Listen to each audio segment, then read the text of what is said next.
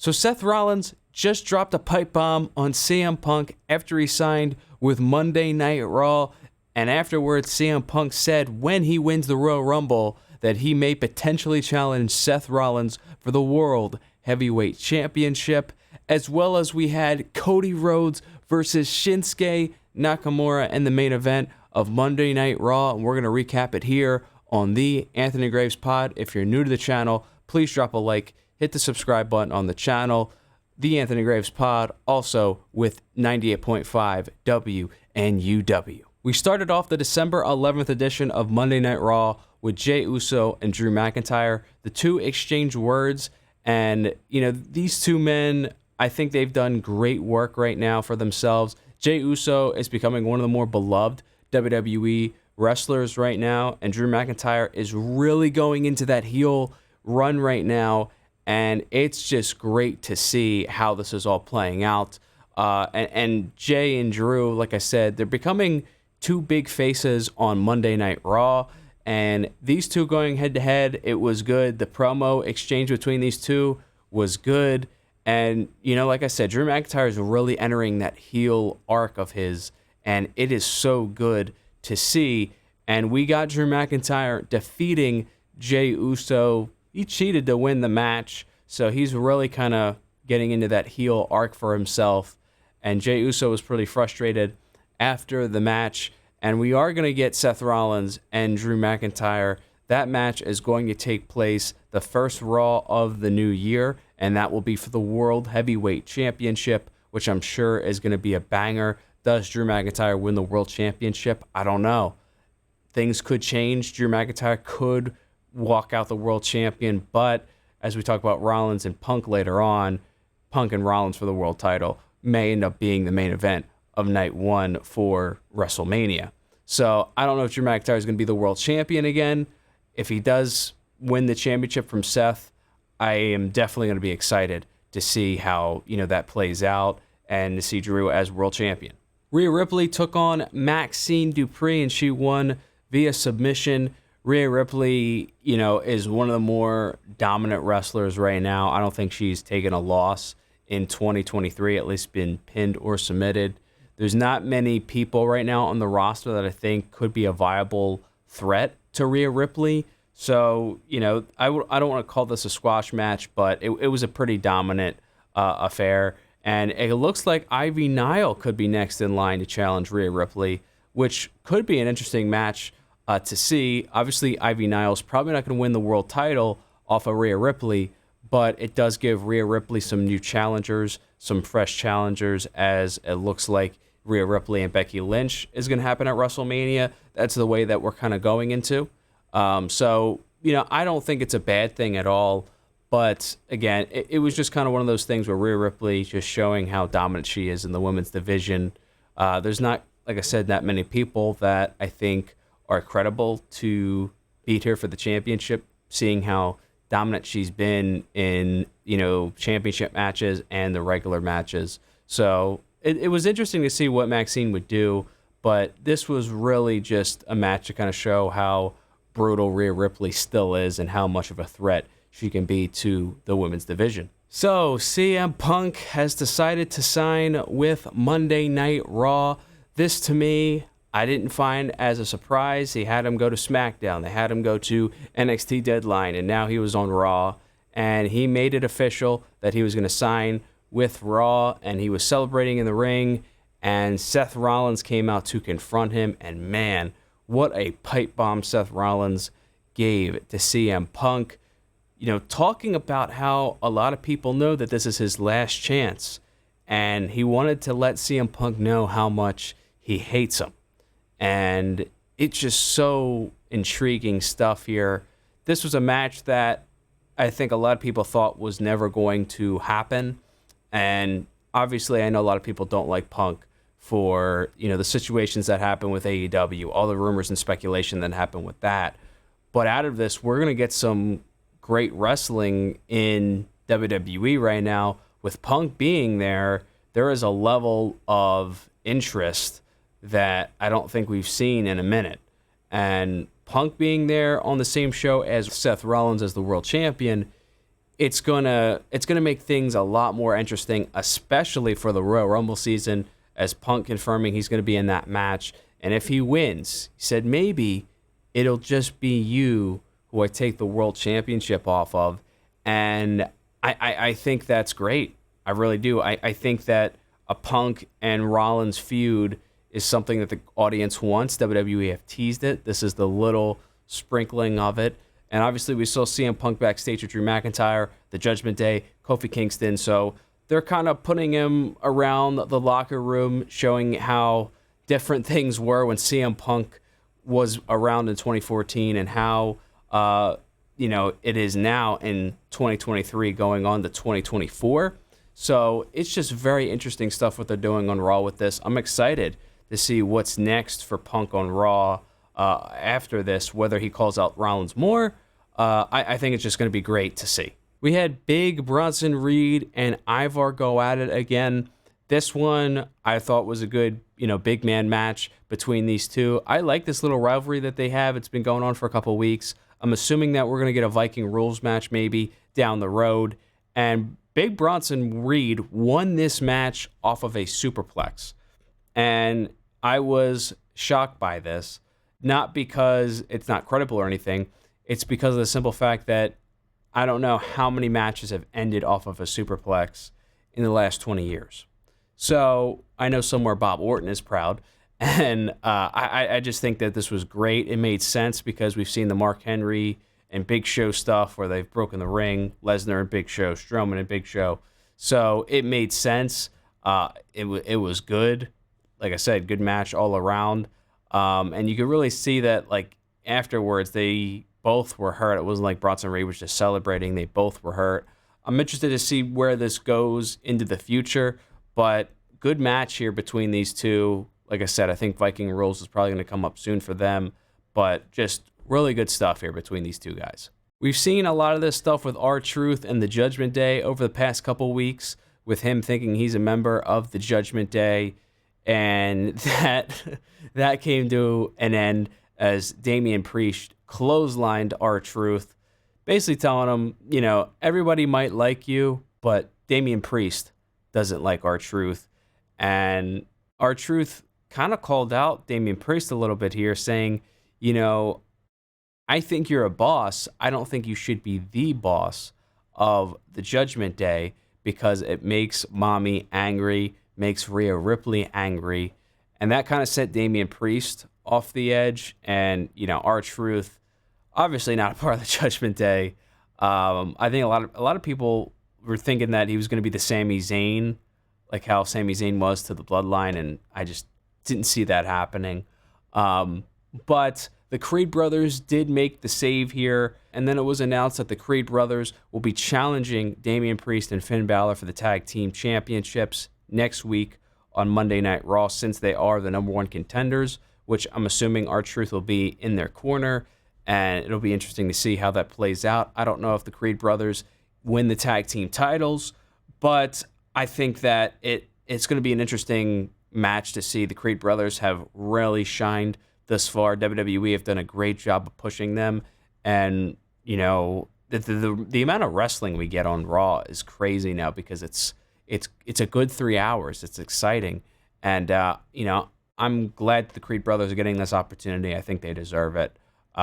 Creed brothers, if they win the tag team titles, I'm not going to be mad at it. I think it's going to be awesome. Kaden Carter and Katana Chance defeated Indy Hartwell and Candice LeRae. I think it's been a while since Candice LeRae and Indy Hartwell have actually teamed up on the main roster for a little bit now. So with this match, I thought it was a good match.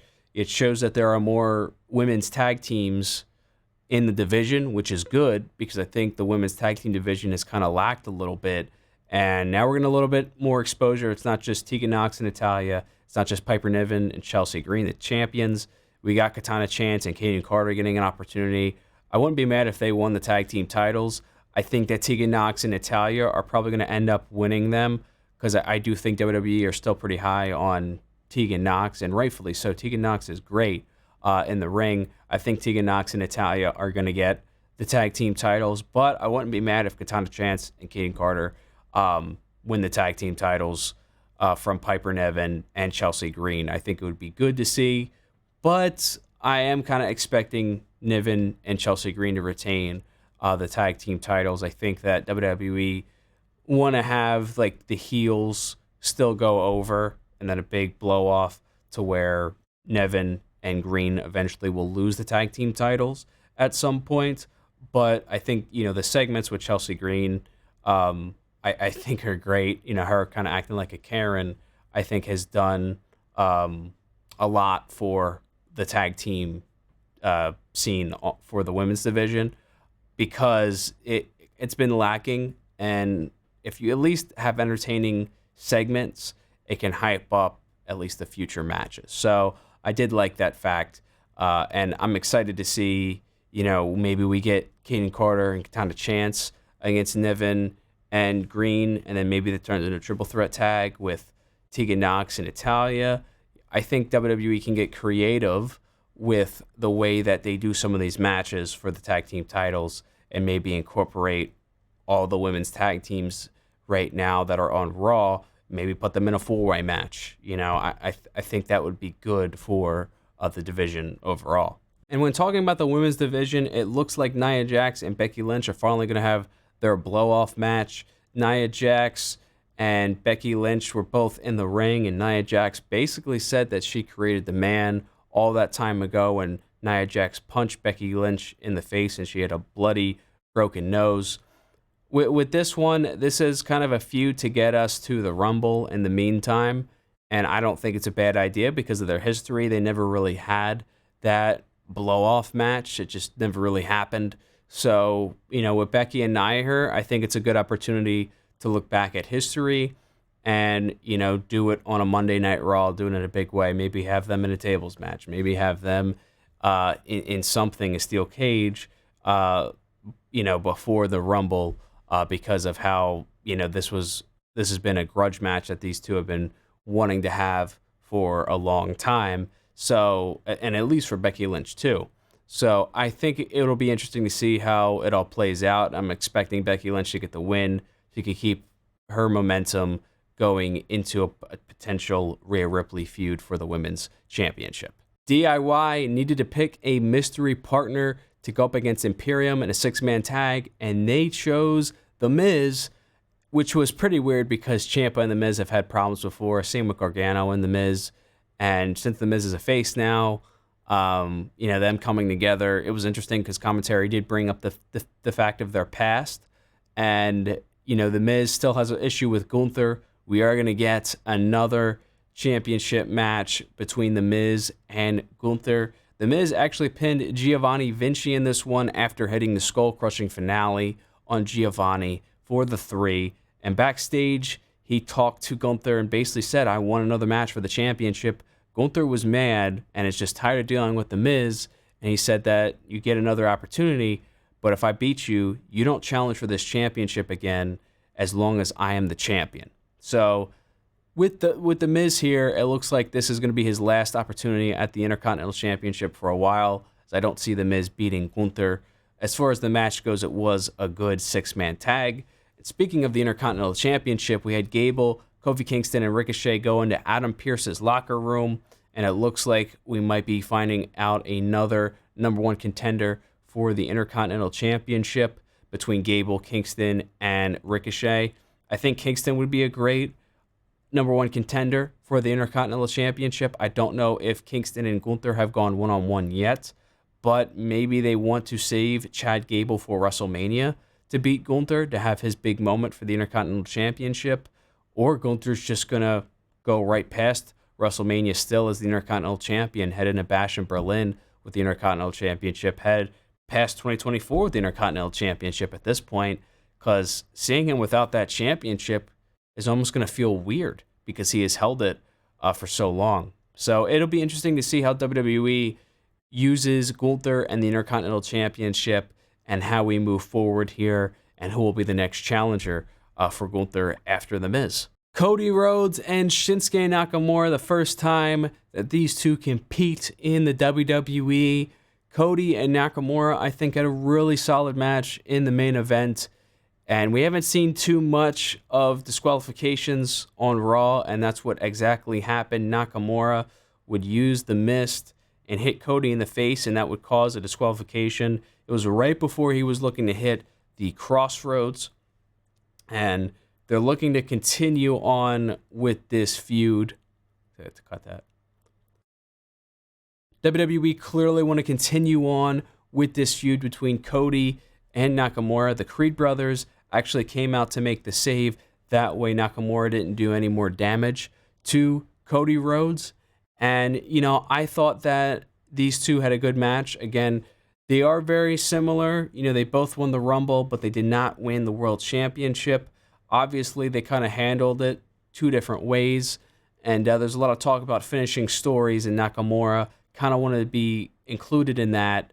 And, you know, Cody obviously is going to have something to say about that too. So I think that this match was good. I think it will be better the next time they meet, though, in the ring and have a definitive ending.